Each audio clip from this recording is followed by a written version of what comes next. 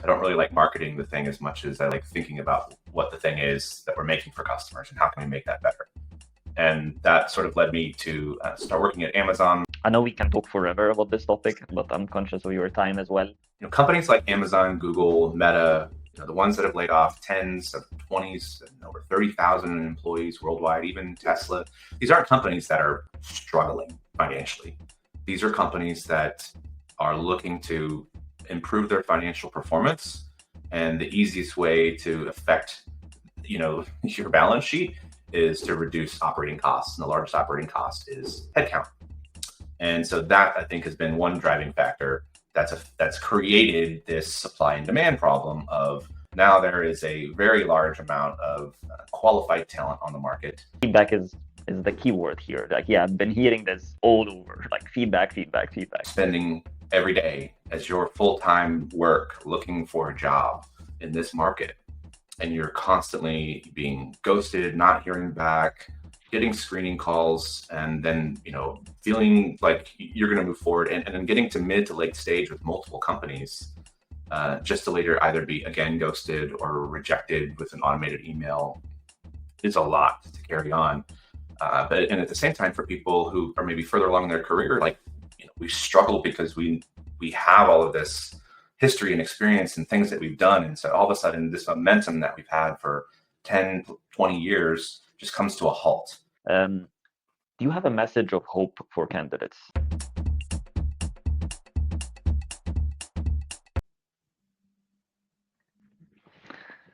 James, welcome to the show, and thank you for joining me today. Thank you for having me. I'm happy to be here. No, it's my pleasure. I know this topic is very close to your heart, so definitely I'm excited to hear about your thoughts in this conversation. But let's first start from your beginnings. How did you start your career in technology, and what have you been doing over the past years? Sure. So my career started in the San Francisco Bay Area after I finished university, and I started my career in digital marketing. So I worked for a couple of different agencies, one of which was kind of a startup agency back in, I want to say 2006 or 2007, and just doing a lot of really fun and interesting work, and was in that industry for about 10 or 11 years. The last role, I ended up moving to Seattle to relocate. And through that part of my career, I'd kind of explored and done different work outside of just general digital marketing. And so started to build apps for some of my clients, started to research ways in which, you could provide more value for customers, and just kind of landed on this insight of, I don't really like marketing the thing as much as I like thinking about what the thing is that we're making for customers and how can we make that better. And that sort of led me to start working at Amazon. I got very fortunate in that I happened to join at a really interesting time on a really interesting product that was in its very early stages, and that was the Amazon Echo. And that then grew into this large category with products being sold around the world, all over Amazon's marketplaces. And during my time there, I eventually got interested in living and working in a different part of the world, and working for a company like Amazon could help support something like that. And so I looked for other opportunities within the company that they would support me, and I could learn something else, do a different part of the business. And so I moved to Luxembourg, which was their EU headquarters, and worked on the digital software and video games business. And this is where I was managing product experiences on things like digital subscriptions, partnering with, other big brands like Apple and Microsoft on launching subscription products on Amazon.com.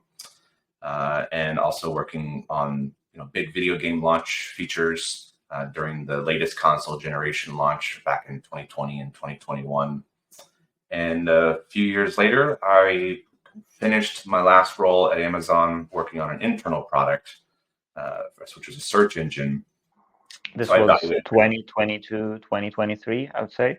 Yeah, so it was end of 2022 when kind of I just reflected on how things were going within the company, and what sort of that growth path was for me working there, and how did I really feel about the company that I was working for. And this was something that I kind of struggled with on and off. I joined Amazon shortly before this very very infamous New York Times article was published that talked about the working environment, not just for people at the fulfillment centers, which continue to be talked about for many years, but also corporate employees and some of the experiences people had had. That led me to sort of set my sights on London as a market to go and work in. So at the end of 2022 was when I really kind of, for the first time in almost 8 years, actively got involved in the job market outside of the company I worked for. I had sometimes explored potentially looking outside of Amazon in the 8 years that I was there, but I never really, really kind of dove in and said, all right, I'm going to update my CV. I'm going to be, looking at jobs on a regular basis and, taking that approach of I'm actively seeking to leave here. I would explore and kind of look around, and I wouldn't sort of close the door or reject any sort of inquiries to think about. But I never really said, okay, where am I in my career, and what am I getting out of what I'm doing now, and could I be getting more somewhere else, until that sort of late 2022 timeframe. And then I ended up moving to London for a company called ExpressVPN, leading a product team there, and working on some really interesting stuff. And they were kind of going through some transitions in terms of their business model, and consolidating a few different brands that they had acquired and products. But then a story that I've now told a few times and heard from many others, redundancies came into play, and that affected me, my product team, my CPO, my CTO, an entire function of quality assurance, team members, and internally it was about 20% of the company, but I think externally what they socialized was a little bit different than that. And so that was about July, August 2023. Okay. I'm interested actually about like the moment you choose to leave Amazon or actively look for opportunities. This was like amid the big challenge in the job market, and many big tech laying off people, and everyone is struggling. At this point, were you aware that you were throwing yourself off a cliff? Were you aware of the challenges? How was this period to you? So it was end of 2022 when I decided, like, okay, I need to put a considerable amount of effort into this, because layoffs had started at Amazon. And the first two organizations that were sort of mentioned were Devices, which was the first business I worked in, and then what's called People Experience and Technology, or PXT. And that's like the HR org. That org is 60,000 people strong. But many of those layoffs were concentrated in the United States, because just the work laws and the environment there enabled Amazon to make quick changes, whereas other markets in Europe, it's not something that can be done so swiftly. But since that organization was mentioned, to me, this was an indication that I should take it seriously and not assume that I'm protected. And knowing that I was on a visa, or what's called an EU blue card, the risk starts to be really high. And I know a lot of other people now who have a similar experience where, losing the job is one degree of challenges, but losing your job and being forced to move countries is a whole other bag of challenges to navigate. So I started looking into the job market. I didn't really have a strong sense of how difficult it was going to be, but I also didn't kind of experience the depth of that challenge in my first sort of job search. So sorry about that. So I started the job search like November, December, and it's the end of the year, so by nature there's not a lot of pickup. But I ended up starting interviewing in January of that year, and that ultimately led to the offer that I got. And so that the whole process took about 3 months from, okay, I'm submitting my first application, because I'm evaluating different countries. Pretty much everyone I'm talking to, I'm going to have to relocate for this. And, so I felt very fortunate in hindsight, but also somewhat disillusioned. It was also, I think, kind of the start of this major wave, right? So it was really the end of 2022 is when it really started to ramp up. But it was Q1 2023 when just it was the largest, quarter of layoffs that we've been experiencing in tech over the past 2 years. And so I feel like I kind of was successful navigating that in the very early stage. Yep. And so it almost created this illusion that 6 or 7 months later, when I had settled into London and I had started this new job, and then the redundancies were announced there. Part of me said, "Okay, I just went through this, and yeah, it was a bit challenging. I had gone the last time I had gone through job search was late or end of 2014, early 2015. It took also about 2 to 3 months." So I'm thinking, okay, I should be able to handle this. It's still going to be challenging. Obviously, layoffs continue to be a lot, but I felt like I had this strong career background, something to be very fortunate of. So I thought that, hey, okay, let's get going again. I just went through this, so I can do this again.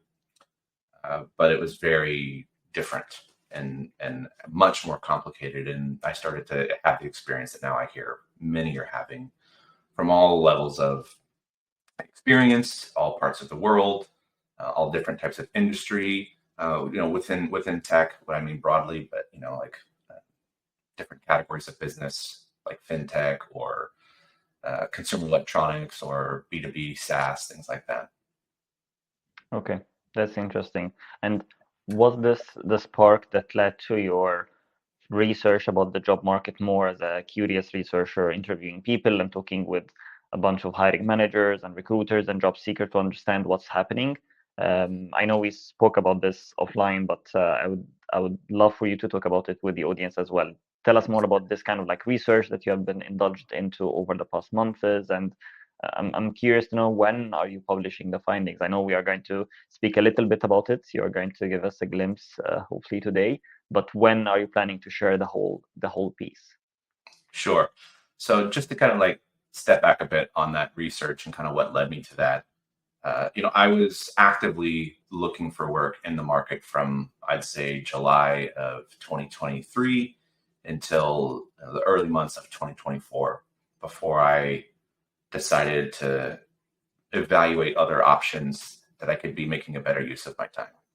When you're spending every day as your full-time work looking for a job in this market, and you're constantly being ghosted, not hearing back, getting screening calls, and then, feeling like you're going to move forward and then getting to mid to late stage with multiple companies, just to later either be again ghosted or rejected with an automated email, is a lot to carry on.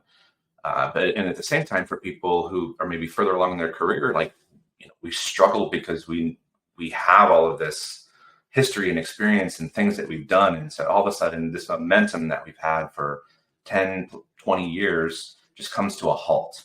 And you feel like I'm not actually I'm not contributing anything. I'm not making anything.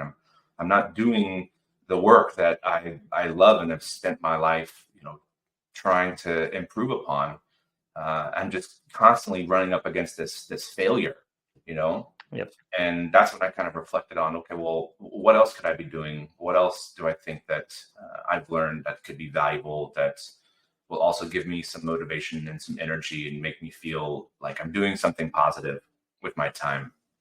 And that's when I started leveraging skills and experience that I had with coaching and leading people, and decided to focus on helping other people navigate their careers, helping other people become better in product management.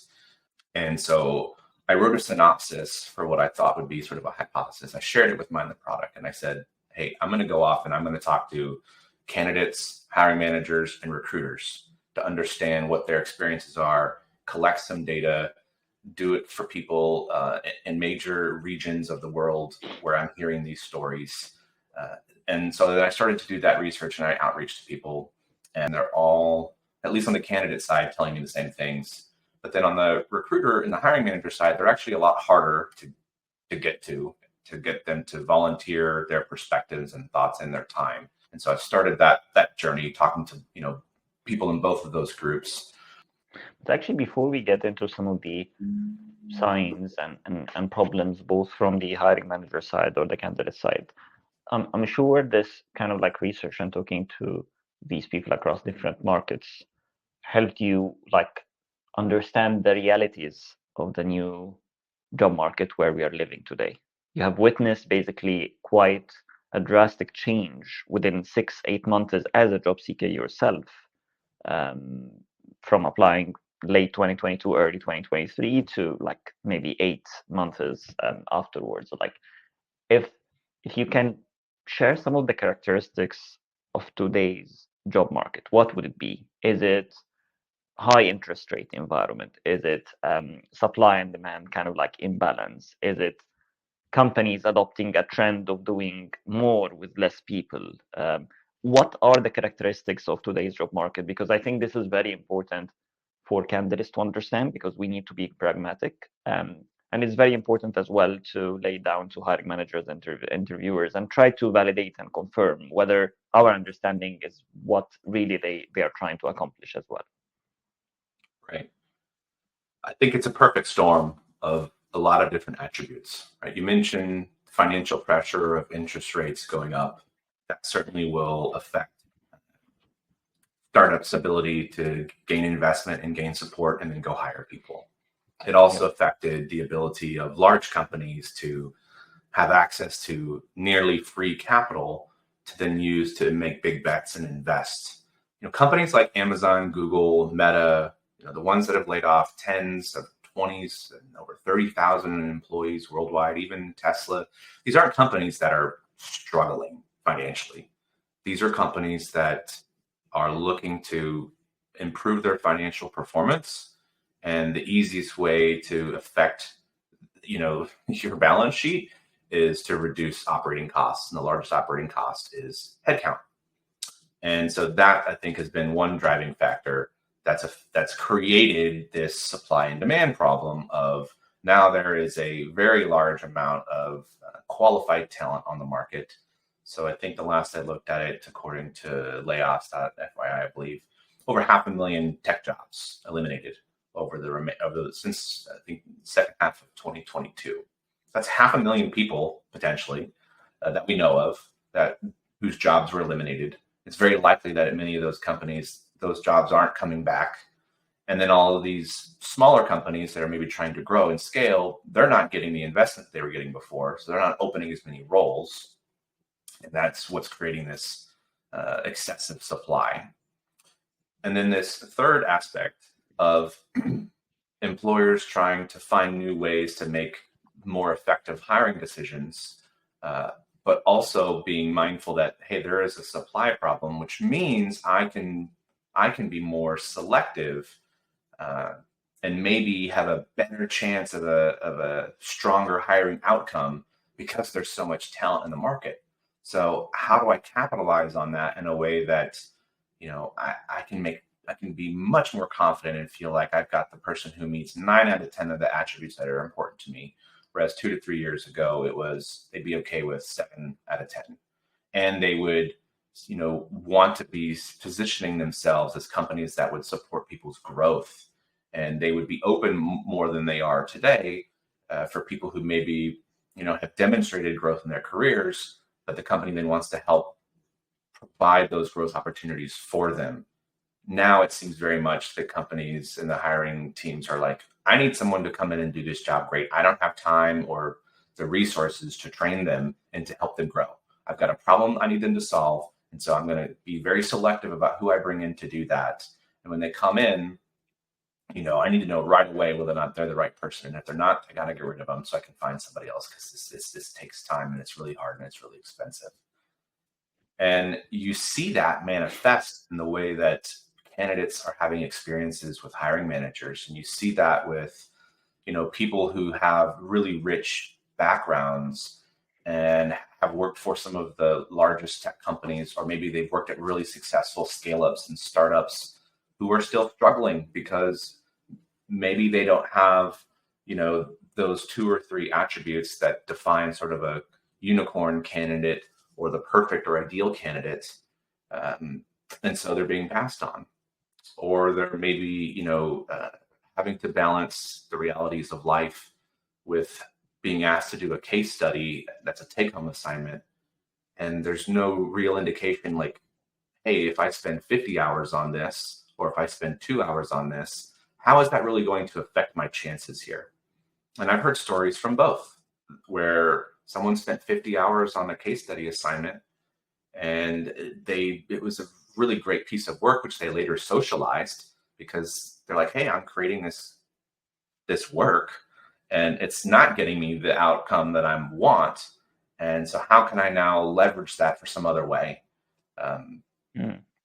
and meanwhile, there's others who, rightfully so, I believe, are saying like, look, I'm gonna time box this because these types of assignments and these types of hiring practices are not reflective of the environments people are then going to work in. And so hiring managers really aren't getting an assessment on like how well is this person going to perform in the job.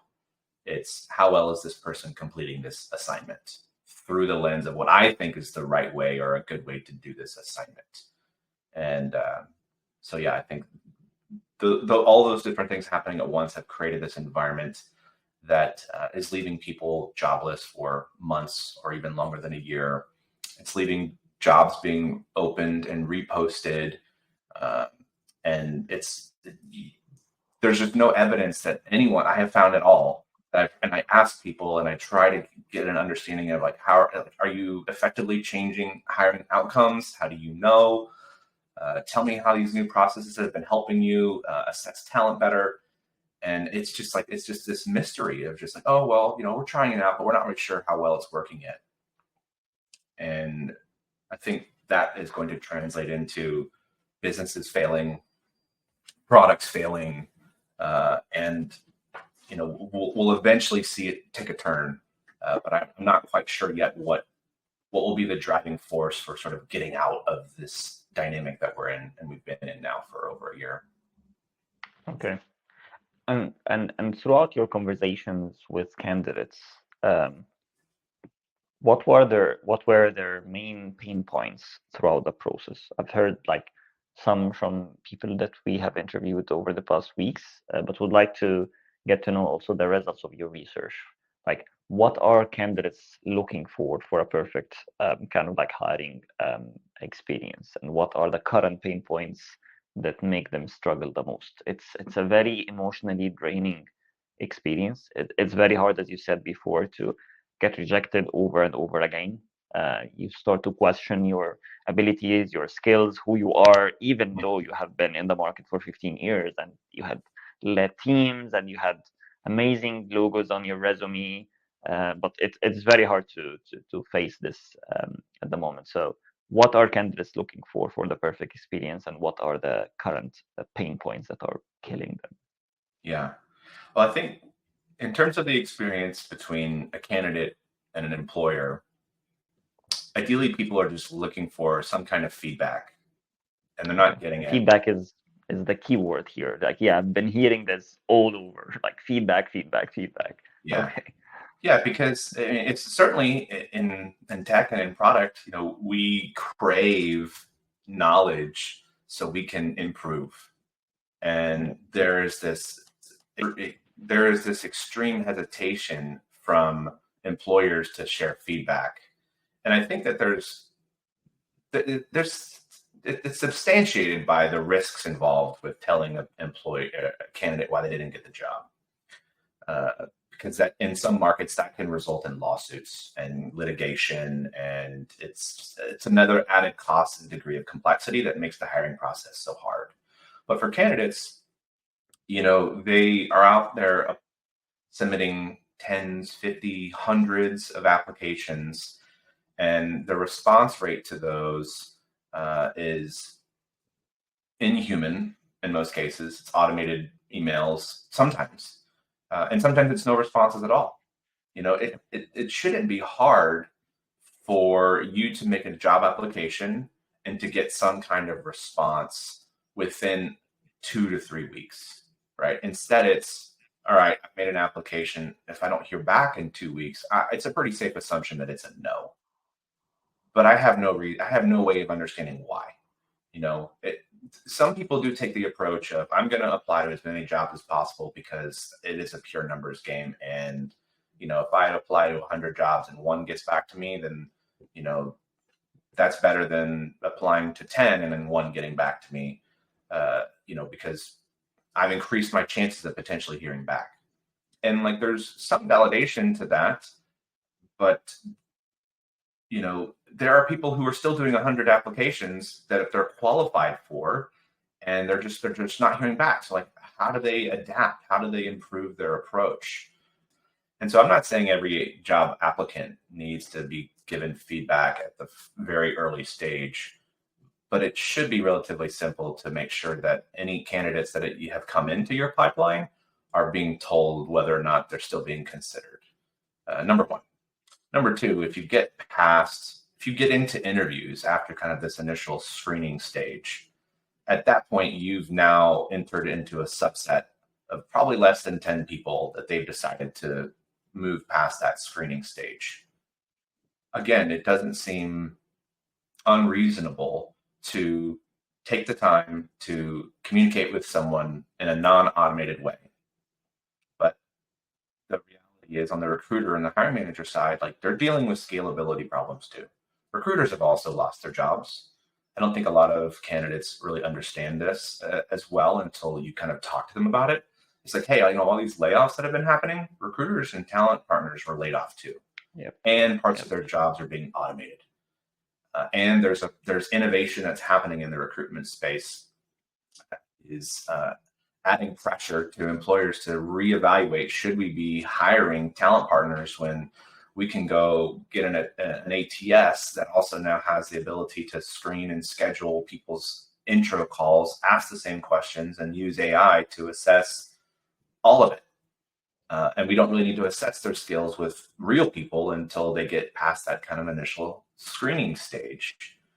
And so I think just the lack of humanity that people are experiencing, sometimes it's in the form of a lack of feedback or generic feedback that actually isn't actionable, is one part.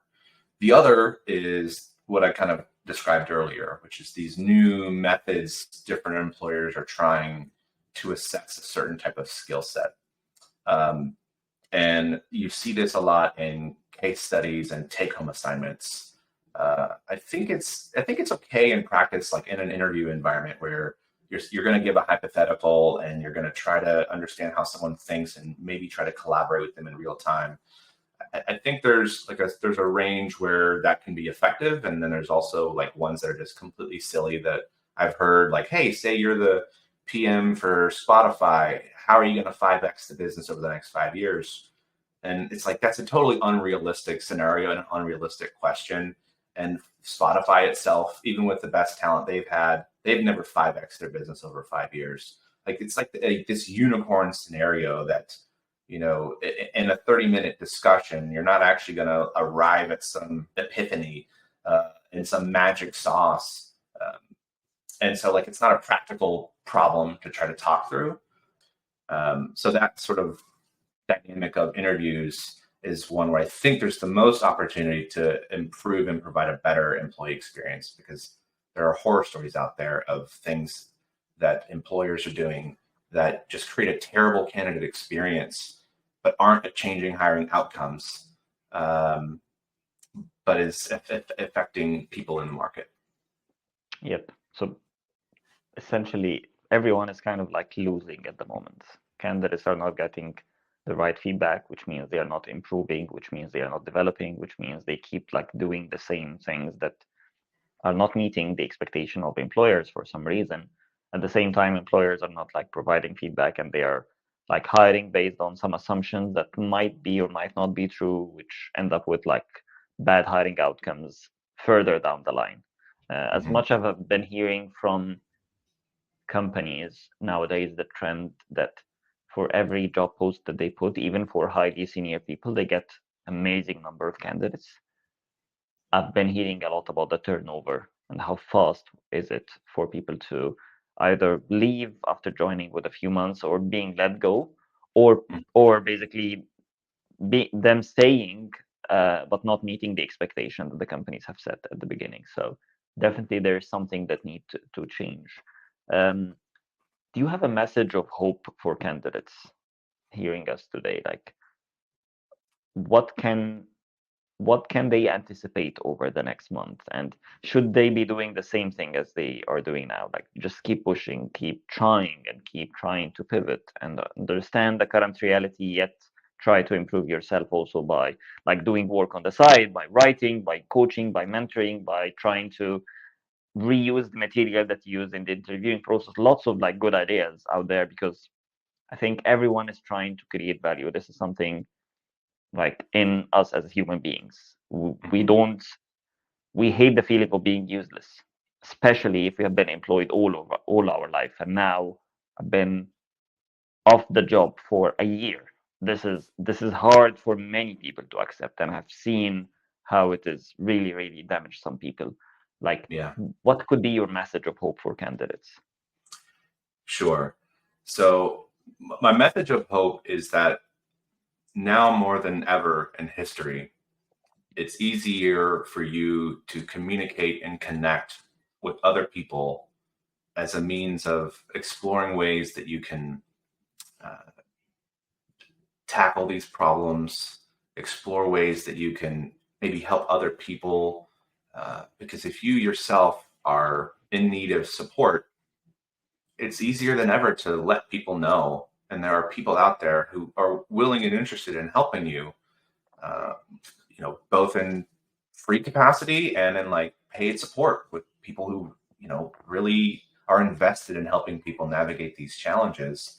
I'm not saying it's easy or that everyone is genuine, but that it is possible to go connect with someone else, understand their story, ask in ways in which you can help and connect with them, build those relationships that may manifest in very vibrant ways a year or 2 years or even 5 years from now. Like that was not possible 5, 10 years ago in the way that it is now, right? And when Yeah, humans are facing problems as a collective, it does something to us in that we start to empathize with others, and when we empathize with others, it makes us more akin to wanting to help them and help other people because you now have been living that pain. And so you understand and you maybe experienced something that they haven't that you could help them with. And that may in turn come back to you in the future. So I think that would be one degree of hope, I would say. And also just a word of encouragement for people to say, like, if you have been struggling on your own and you've just been beating your head against the wall because it's just not working, go out there and talk to people and try to find ways in which you can get help, but approach it in a way where you also are open to helping others. And that will perpetuate us getting out of this situation where, as you said, everybody's losing, right? There's not one side of this environment that is winning. There may be a power imbalance that I think sits yeah, on the side of employers right now, but I don't think with that power is it's not yielding improved success for them. And so seek out the things that are interesting to you, seek out ways in which you can learn from others, seek out ways in which you can help or get help. It doesn't mean that you're going to get a job in the next month because you start networking and you take these courses, but all of those things are going to give you some momentum and give you something to reflect on and learn from, that you can then pay forward in the future, right? So that's the other thing I want to imbibe on people is if you're experiencing this and you're going through these challenges, just know that that experience is going to shape who you are in the future.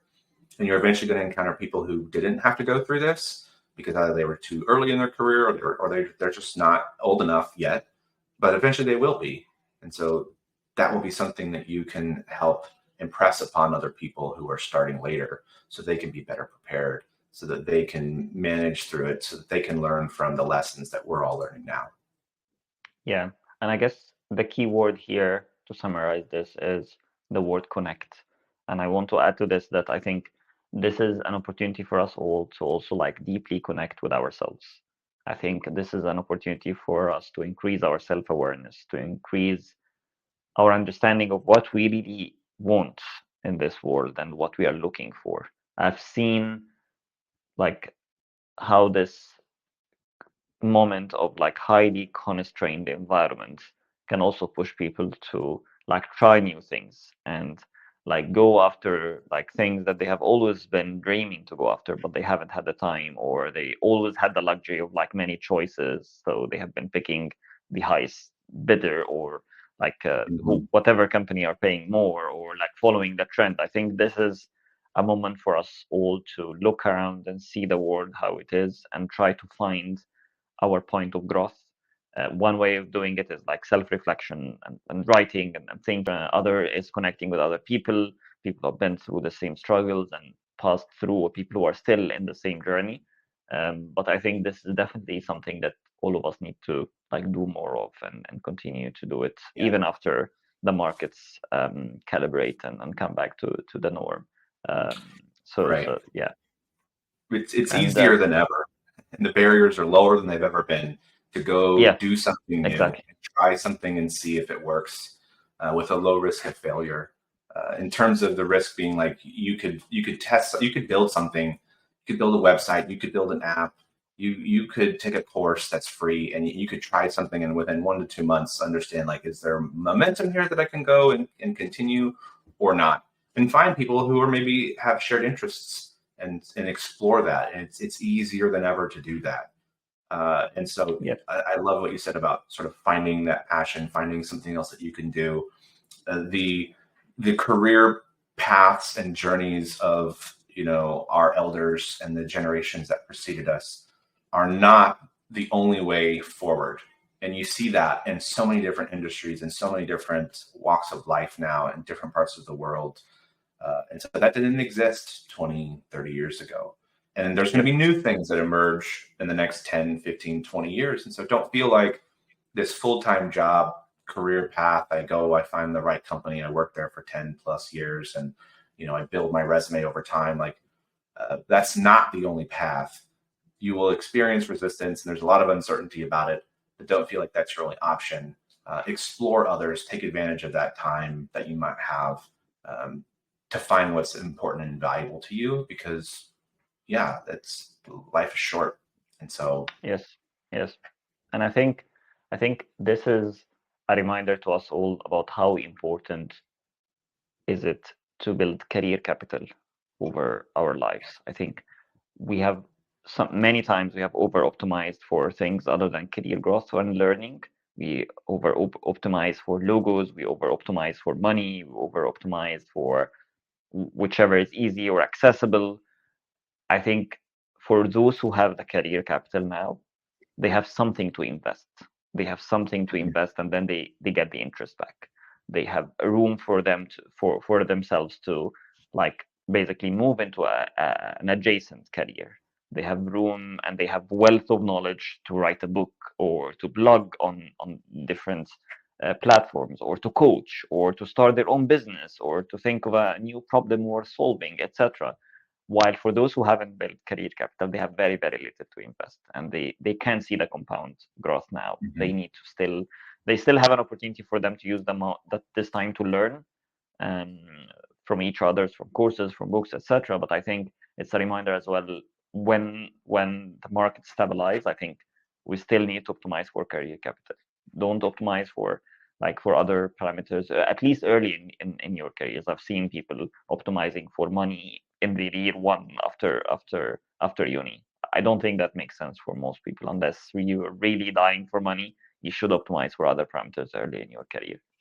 um, It's James, a we hard could lesson talk to for, yeah, it's hard. Yeah, we are all learning it the hard way, and hopefully some of us have made the right choices early in their career. But I think I wanted to use this like forum to remind people as well about how important this is. I know we can talk forever about this topic, but I'm conscious of your time as well. There is a question that I usually um, end with every guest we have is we are trying to come up with a hiring manifesto that we can publish at the end of our series, so that we can help companies adopt a hiring practice that is efficient, viable, and also candidate friendly. I dream of a process where everyone is enjoying it. Everyone is using it as a moment to network. I've always tried to adopt the hiring and interviewing experience at either side of the table with a mindset of, I'm using this opportunity to learn about myself. I'm using it to meet new people, to network, to enjoy as much as I can. So if you can think of one or more principles that you would advise us to include in this hiring manifesto, what could they be? Sure. On the one hand, I'll just leverage one that resonated well with me in one of my former jobs, which was, be mindful and thoughtful about the candidate experience as an employer, right? At least when many of your potential candidates are also your customers, you're almost forced to do it, but that shouldn't be the only reason why. You should be wanting to provide a good candidate experience because as a company, it's a reflection of who you are. Yeah, I like that. And so employers should be mindful and thoughtful about the candidate experience. Second, I think we need to go back to a point where employers and candidates equally see the growth potential in each other. And what I mean by that is employers should be looking at two things: someone who will come in and be successful, but someone who they also want to grow and develop.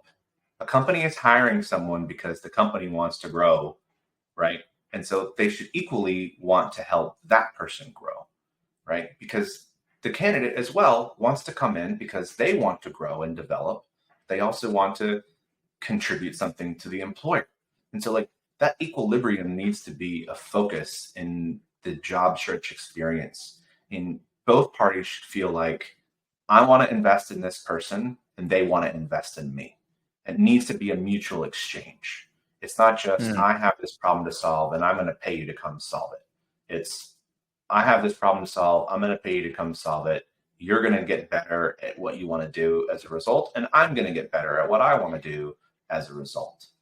And so I think that is a principle for how you're considering ways in which you're assessing talent, how you're making hiring decisions, how you're providing a good candidate experience.